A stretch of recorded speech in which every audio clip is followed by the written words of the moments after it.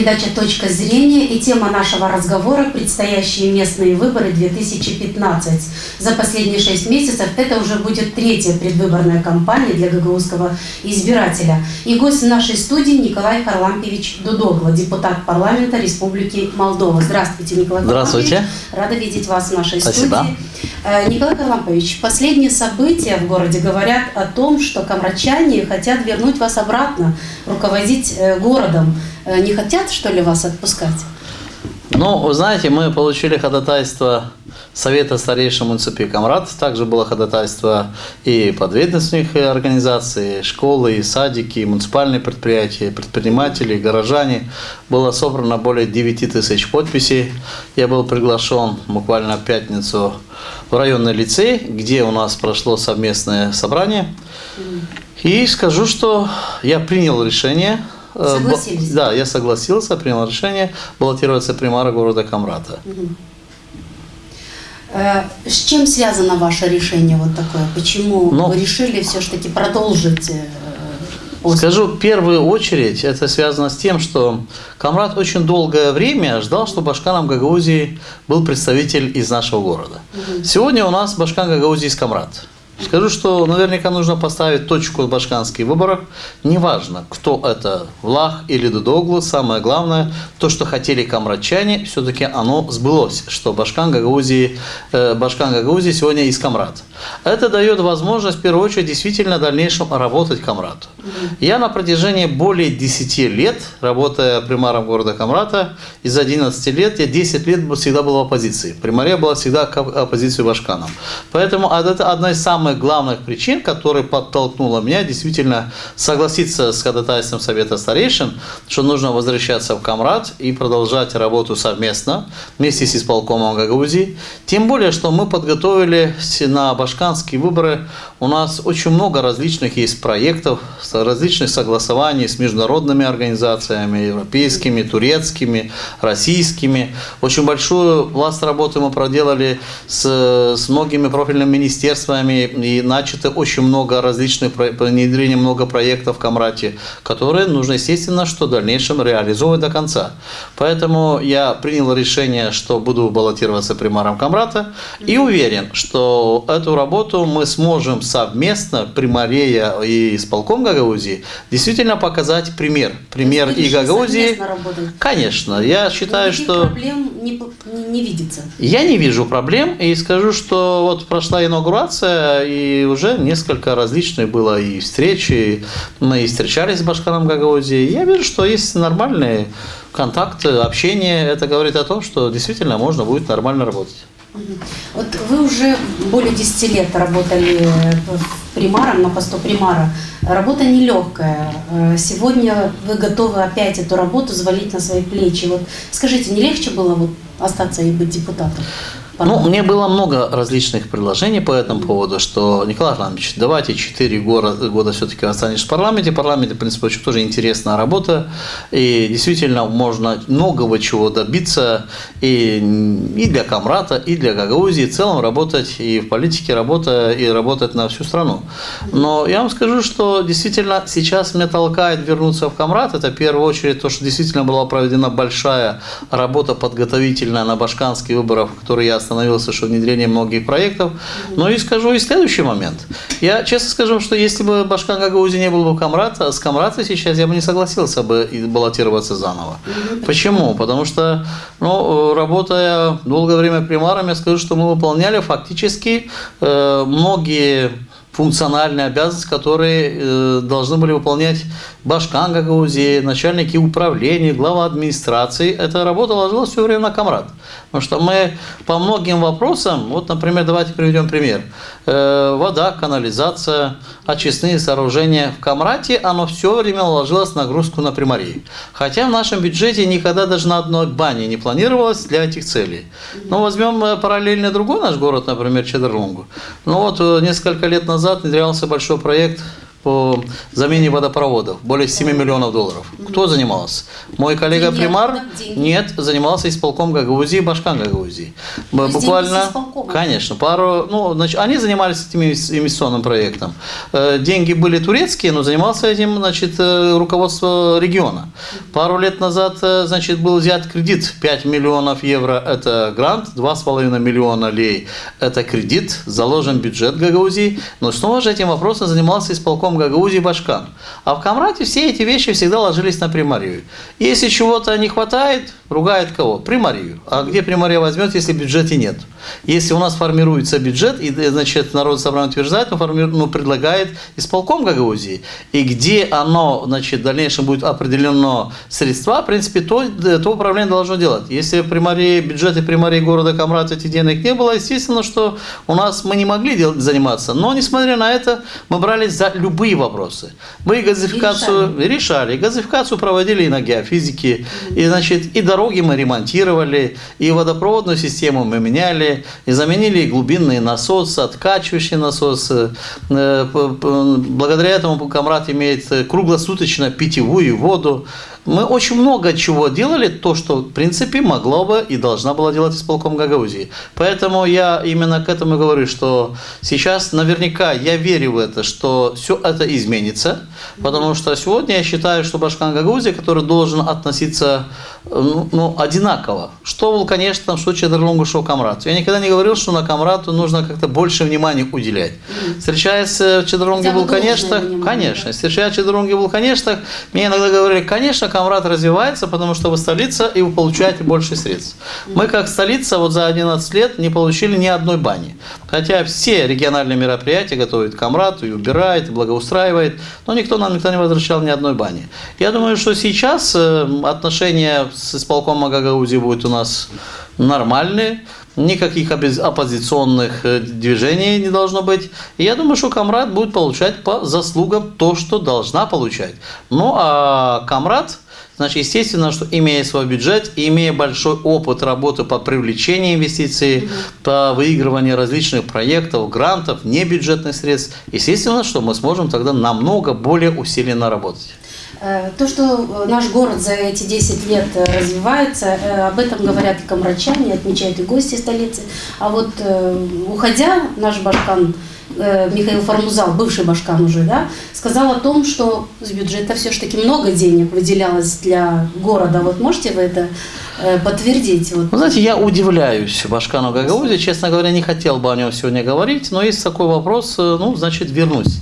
Уходя, он, последний раз выступая, я скажу, что даже это непонятно, последний раз, казалось бы, выступая, уходи красиво, даже здесь, конкретно дезинформация. Мы Камрату выделили 1 800 000 лей для благоустройства центральной площади и реконструкции центрального парка. Ни одной бани. Ни одной бани не выделялось. Значит, для реконструкции центральной площади и реконструкции центрального парка мы взяли кредит 5 миллионов лей, и мы, значит, выиграли грант в Министерстве экологии, дополнительные средства, за которые было, значит, куплено, значит, все растения, которые мы посадили, но ни одной бани мы с исполкома не получали. И хочу сказать, что кредит фактически осталось, по-моему, 300 или 400 тысяч полностью уже выплачен. То есть примария уже выплатила полностью этот кредит, но сегодня мы имеем современный парк и действительно благоустроенную и центральную площадь. Ну а Башкан Гагаузии, к сожалению, даже уходя, еще раз, как говорится, как это бывало не один раз, а 1000 раз, когда он был Башкан Гагаузии, определенную помощь никакой не выделял, не помогал, но обязательно, выходя в эфир, обязательно дезинформировал население. Потому что естественно, что, вы знаете, как в этом анекдоте говорят, у тебя дочка такая, иди докажи, что у тебя дочки нет. То же самое всегда делал так Формузал. Вот многих наших жителей интересовало после вашего ухода с примарии, что будет с городом. Такой вопрос. Вот, ведь очень много крупных проектов остались не до конца реализованными. Вот один из таких проектов – промышленный парк. Вот, что дальше? Работа продолжится? Знаете, мы, в принципе, работая для того, чтобы открыть промышленный парк, это была очень большая работа, не один год. Мы еще 3 года назад начали работать над этим проектом. И скажу, многие проекты, которые внедрялись и внедряются, работа ведется не несколько месяцев, а годами. Поэтому иногда есть и задержки. Сначала мы выезжали в Турцию, где мы действительно увидели на практике промышленные парки. После этого мы обратились уже в правительство. Потом мы изучили, что действительно у нас в Молдове тоже открыты промышленные парки, уже есть несколько парков. Но мы убедили правительство страны, что на юге нужно открывать самый большой индустриальный промышленный парк. И в прошлом году, в конце года, в принципе, было уже решение правительства. Решение правительства есть. Мы, значит, Примария выделила 50 гектаров земли, и руководство, значит, правительство страны, значит, поменяло от сельхоз на несельхоз назначение этих земель. Это скажу, что в целом Примария от этого проекта уже выигрывает более 50 миллионов лей. Потому что промышленная земля это намного дороже, чем сельхозземля. А эти деньги кто вложил? Да, нет, эти деньги никто не вложил. Эти деньги, значит, замена земли, для того, чтобы заменить, если мы это делали сами, мы должны были заплатить государству. Да, с бюджета. Да, а это, значит, государство нам сделало бесплатно. И теперь, когда, значит, начнет промышленный парк работать, а мы с каждым днем все идем дальше и дальше, я хотел как раз остановиться на том, что значит, это, значит, несколько ступеней для того, чтобы парк открылся. Первое, в прошлом году мы очень большую работу проделали совместно с Примарией Чедерлунги и, значит, Министерством, значит, экономики, и был открыт бизнес-инкубатор Чедерлунги. Потому что бизнес-инкубатор для того, чтобы готовить в дальнейшем, всех желающих, значит, пройти курсы для того, чтобы иметь квалификацию для того, чтобы работать.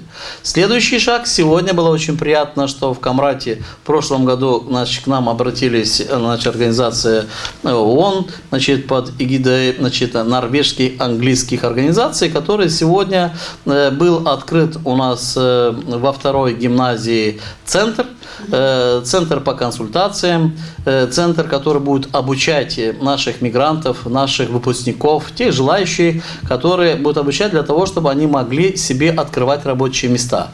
Естественно, что готовить их для того, чтобы они могли работать уже в других организациях. Как раз вот первые 2 этапа. Открытие, значит, бизнес-инкубатора Чедерлунги, открытие такого центра в Камрате. Следующий, для того, чтобы этот цикл мог полностью завершиться, это открытие промышленного парка, где будут очень серьезные инвестиции. Это инвестиции частные. Значит, государство выделяет средства, часть из средств для того, чтобы подвести полностью инфраструктуру. Этих средств, конечно, не хватает, поэтому, значит, у нас муниципальное предприятие ЖКХ открывает сейчас акционерное общество и предлагает сегодня частным организациям войти в акционерное общество со своими уже инвестициями, со своим капиталом, для того, чтобы полностью подготовить всю инфраструктуру, подтянуть газ, воду, электричество, сделать ограждения, офисы центральные, для того, чтобы в дальнейшем инвесторы могли входить в парк. Конечно, для того, чтобы парк заработал в полном объеме, нужны, значит, естественно, что парк должен быть привлекательным. Я сегодня, выступая при открытии центра, я сказал, что, в принципе, предстоит очень большая работа с Министерством, значит, экономики, потому что был министр экономики сегодня, мы потом очень плодотворно говорили на тему, сказал, что будет большая работа Примарии и исполкома Гагаузии, потому что в этом вопросе действительно нам нужно всем объединиться. И Примария, и, естественно, что исполком Гагаузии, Народное собрание, и 2 профильных министерства, Министерство, значит, экономики и регионального развития, для того, чтобы создать условия. Возможно, на первые годы, может быть, даже освободить от налогов, для того, чтобы инвесторы могли войти в этот проект, и действительно там, чтобы могли открываться рабочие места. Николай Парлампович, вот для того, чтобы работа в Камрате сладилась, да, немаловажную роль в этом играют и советники, да? Вот как вы видите новый состав, ведь меняются и советники, не только примары?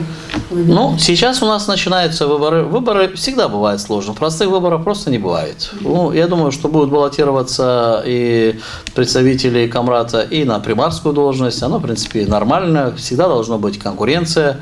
Но наверняка еще больше конкуренции будет у нас выборы советников. Поэтому, естественно, что каждый из кандидатов в примары идет со своей командой, которая будет, естественно, его поддерживать. Я определился и на собрании с советом старейшим я уже заявил, что я буду баллотироваться независимым. Естественно, что меня будет поддерживать группа независимых кандидатов в советники и, возможно, поддерживать несколько партий, которые не будут выдвигать своего кандидата в примары и будут поддерживать меня к примарам. Ну, а я буду поддерживать эти партии, этих независимых, предлагать нашему населению, чтобы поддержали их, для того, чтобы действительно работа в муниципальном совете с примарией, не было никаких конфронтаций, для того, чтобы мы могли объединиться и действительно работать. Это важно для будущего работы? Это самое важное, потому что, когда, примар работает без муниципального совета, тогда действительно очень сложно найти какой-то компромисс, поэтому очень важно действительно сейчас на выборах, действительно, чтобы выиграл и примар, и выиграл, естественно, что большое количество советников, которые могли бы поддержать этого примара. У нас 27 советников. Естественно, что большинство это 14. Хорошо, вот вы сейчас идете на выборы, у вас есть предвыборная программа, с чем вы сейчас поделитесь? Я не планировал, что я буду баллотироваться в примары, поэтому программы таковой еще нету, но есть очень много, уже наработок, которые мы включим в нашу программу. Сейчас я думаю, что первый месяц мы будем встречаться с нашим населением. В принципе, все проблемы города, которые есть, я очень хорошо знаю, потому что над ними мы работали. Но, все эти проблемы мы включим в программу, но включим именно, скажу, что то, что реально. Потому что иногда бывают программы фантастические, которые реально выполнять. Но команда действительно сегодня, которая у нас пойдет на выборы, действительно мы имеем очень хорошую подготовленную команду, профессиональную команду. И думаю, что нам удастся решить практически все проблемы, которые у нас есть. У нас сейчас скажу, что если мы закончили одни из самых главных проектов, это полностью ремонт наших подведомственных учреждений, это замена окон, дверей, строительство шатровых кровель, это мебель, это ограждение, то следующий этап, который сейчас нужен, я скажу, что после того, когда у нас есть круглосуточная вода, это строительство канализации. Строительство канализации во всем городе, это обязательно после строительства канализации должна идти по всему городу ремонт наших дорог. Дороги сегодня в плачевном состоянии. Но без проведения канализации, естественно, что понимаю, что эта работа будет повторяться. Поэтому мы в программе будем включать микрорайоны, которые проходить работы выполнять по канализации в одном микрорайоне, сразу начинать работу и по ремонту дорог. И проходить и дальше. У нас, в принципе, в программе уже есть наработанный один из проектов получения 20 миллионов для канализации. Это европейский проект, которым мы работали и будем продолжать работать. У нас есть поддержка для ремонта дорог, это и с турецкой стороны. Поэтому, я думаю, что у нас программа будет очень интересной. Скажу, последние дни, потому что при Марии я уже не работаю, сколько, по-моему, уже месяцев 4-5. Время быстро летит.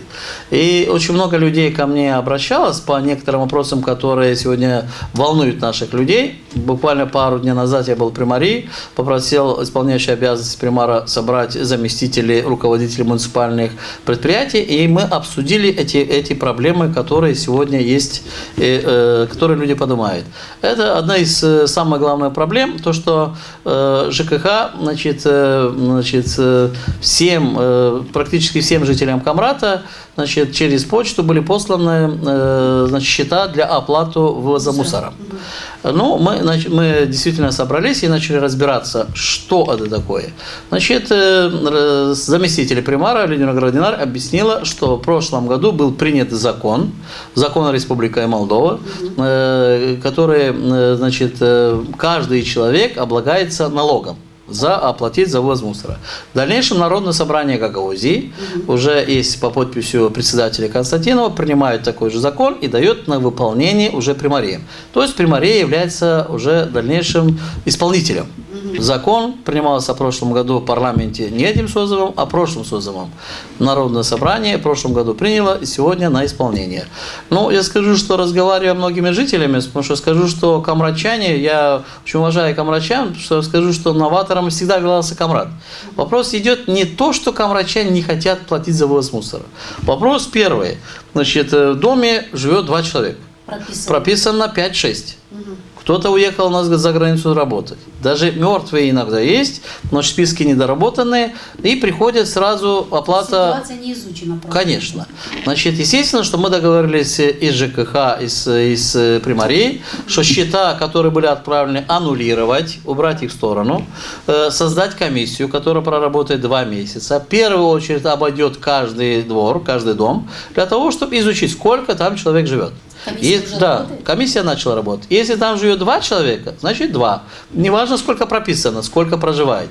И второе, то, что камрадчане, в принципе, обращались ко мне, и, в принципе, и жаловались, и говорили, что, ну вот пришло извещение, а возле меня нету ни контейнера мусорного, и трактор не приходит. А за что мне платить, если никто не ввозит этот мусор? И квитанции пришли с 1 января, хотя никто даже не предупреждал. Но, естественно, что по этому вопросу мы тоже обговорили, чтобы включить в комиссию, что ни в коем случае сейчас в данный момент начинает работать, в первую очередь, определение количества людей, и пока не будет контейнера возле, значит, дома, значит, 1 контейнер на 15 человек. Примария выиграла, значит, проект, значит, международная организация USAID, и Примария сейчас должна получить 400 контейнеров. Вот пока мы не получим эти контейнеры, пока мы их не установим, как говорится, во всех улицах, перед нужных местах, и пока не изучим, сколько человек живет в доме, то есть никакие квитанции никому не определят. А что будет с ценой? Цена остается 7 лей? Ну, цена, значит, указывается, и цена не может определять Примария. Это закон, который, значит, принят государством и Народным собранием, и Примария просто является исполнителем. Но я вам скажу, что у нас, в принципе, цена, не говорится, здесь вопрос не о цене идет, потому что у нас было, и, в принципе, те люди, которые заключали договора, 10 лей, а сейчас, в принципе, она становится 7 лей. Если оно действительно правильно сделать, чтобы только те люди, которые живут, и тогда проблемы не будет, чтобы вывозили действительно мусор и платили только те люди, которые реально живут. Тогда я думаю, что все станет на свои места. Я, значит, выступил, значит, с такой инициативой, что давайте мы совместно эту комиссию, значит, назначим и проведем, для того, чтобы действительно люди могли успокоиться, что ни в коем случае никто не просит деньги, если мусор не вывезли, сейчас нужно платить. Ну, я скажу, что многими жителям, которые я встречался, в принципе, это многие, абсолютно большинство поддерживают, да. А вот что будет с первым садиком? Очень много разговоров было, что у нас будет круглосуточный садик. Что ну, это не просто разговоры. Значит, приезжал и министр иностранных дел Турции. Но на каждой передаче да. мы не забываем этот вопрос и задаем. Но это тоже один из тех проектов, который действительно долго готовился, но оно имеет право на жизнь, потому что деньги уже есть. Значит, ТИКа, турецкая, значит, фонд ТИКа, который работает у нас в Молдове, значит, деньги для этот проект получил. И вот сегодня даже я встречался, значит, с заместителем руководителя ТИКи, и он сказал, что в принципе объявлен тендер. Объявлен тендер, и так наверняка через 2-3 недели, ну, месяц максимум, работы, возможно, начнутся. Потому что действительно этот садик нам нужен круглосуточно, есть очень много желающих. Это, в принципе, последний садик, который у нас не отремонтирован. Но Камрате, скажу, не хватает койко-мест именно для наших малышей, поэтому если этот садик начнет работать, остается одна проблема, это, значит, строительство реконструкции в 7-й школе, потому что там были определено место, выделено помещение, где раньше проходили труды в школе, и где сейчас, в принципе, ведутся работы для того, чтобы открыть там еще один садик. Это, в принципе, если откроется садик у нас еще и Заречье, тогда мы сможем действительно охватить всех наших малышей.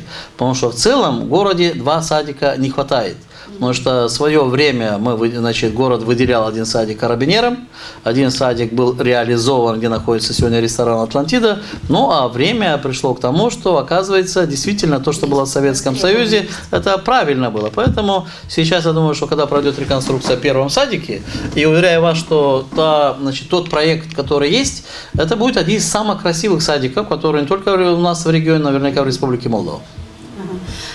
Николай Харлампович, вот следующий мой вопрос уже не является большим секретом ни для кого.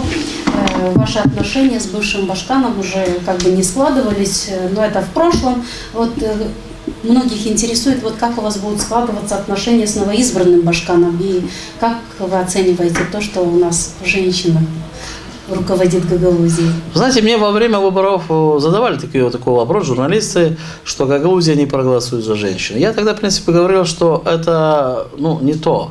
В Гагаузии сегодня проголосует любой человек за профессионала, который сможет работать. Это женщина или мужчина, это неважно. Скажу, что я не буду сейчас возвращаться к башканским выборам. Люди, в принципе, сделали свой выбор. Башкан Гагаузии есть, Башкан уже работает. И я поэтому и сказал, что мы точку на башканских выборах уже сделали. Все, отчет начался новый. Дальше нужно начинать работы. Я уверен, хотя многие пессимисты сегодня говорят, что работа не получится.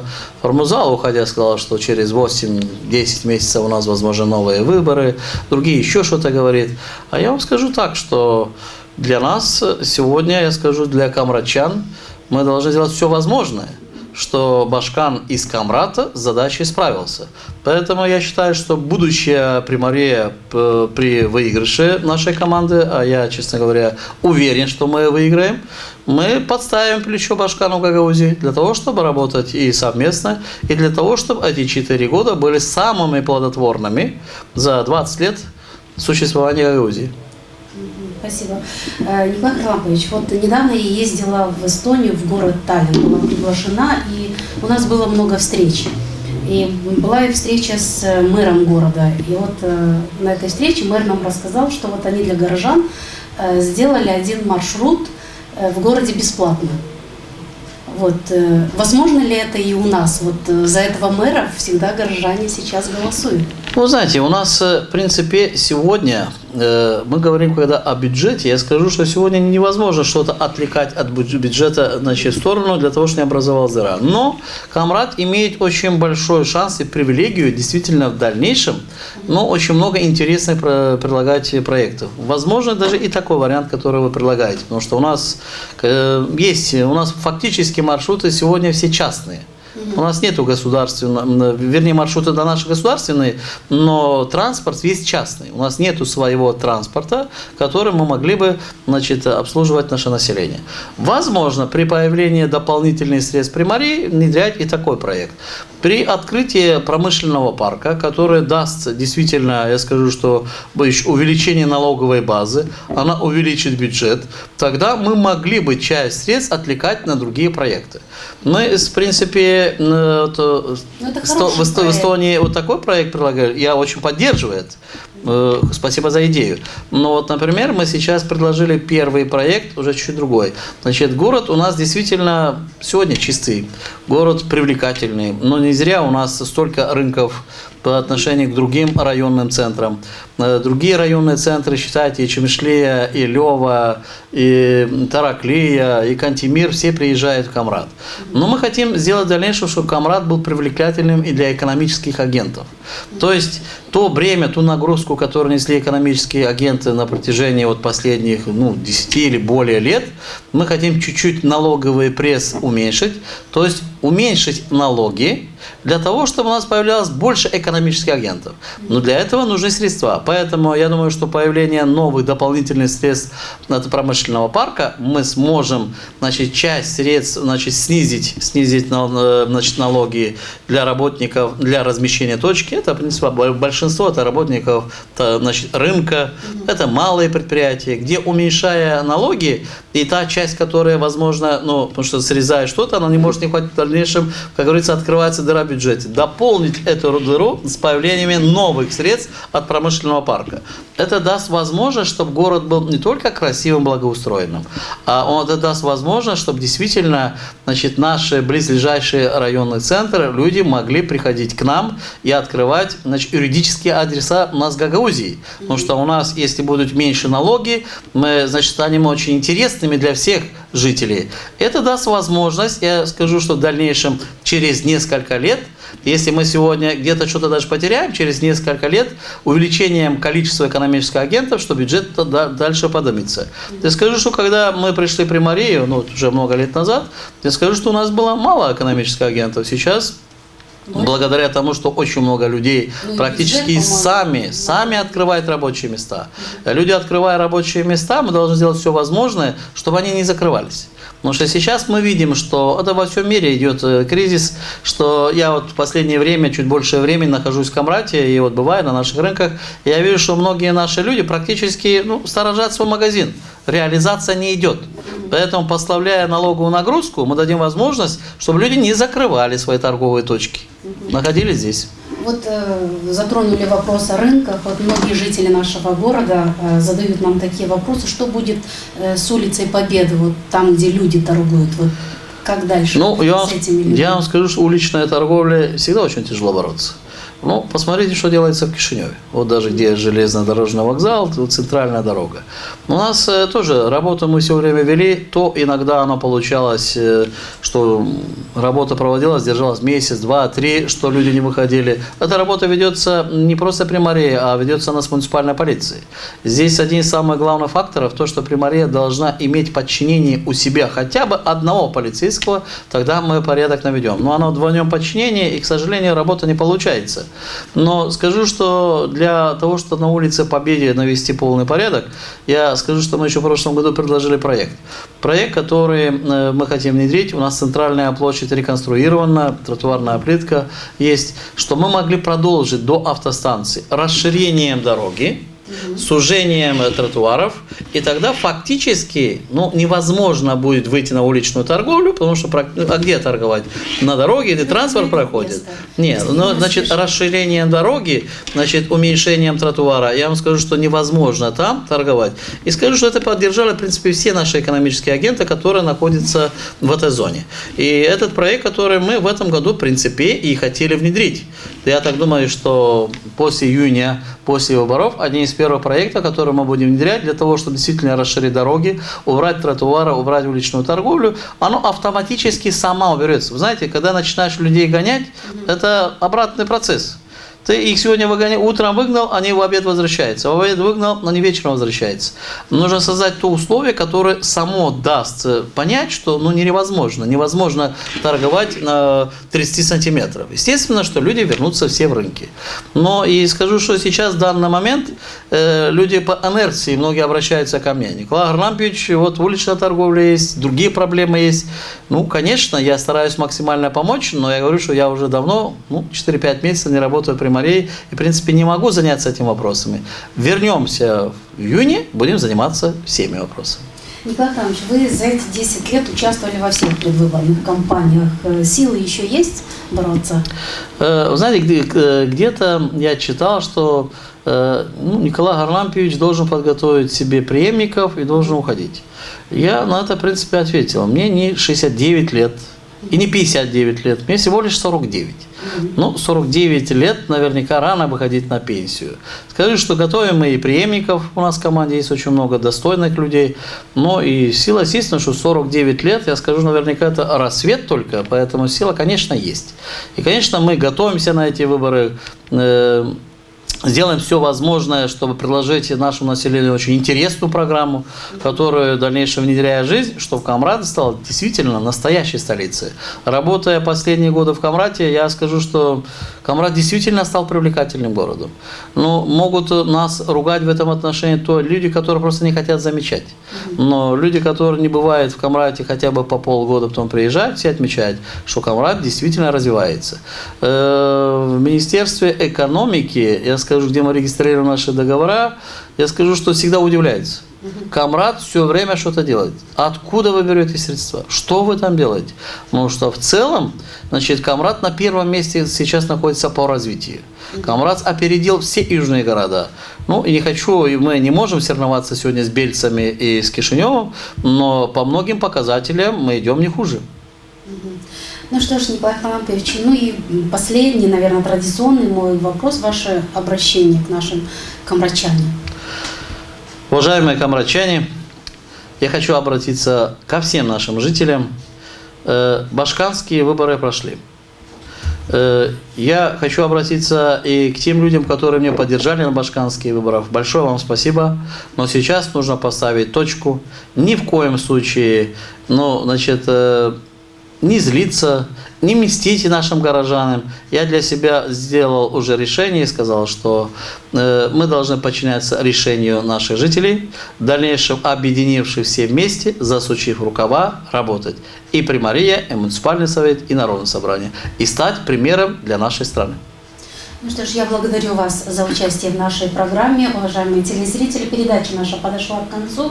Напомню, что гостем студии был Николай Харлампович Дудогло, депутат парламента Республики Молдовы. Программу провела Елизавета Ротарь. Спасибо вам за внимание, а вам удачи на выборах. Спасибо.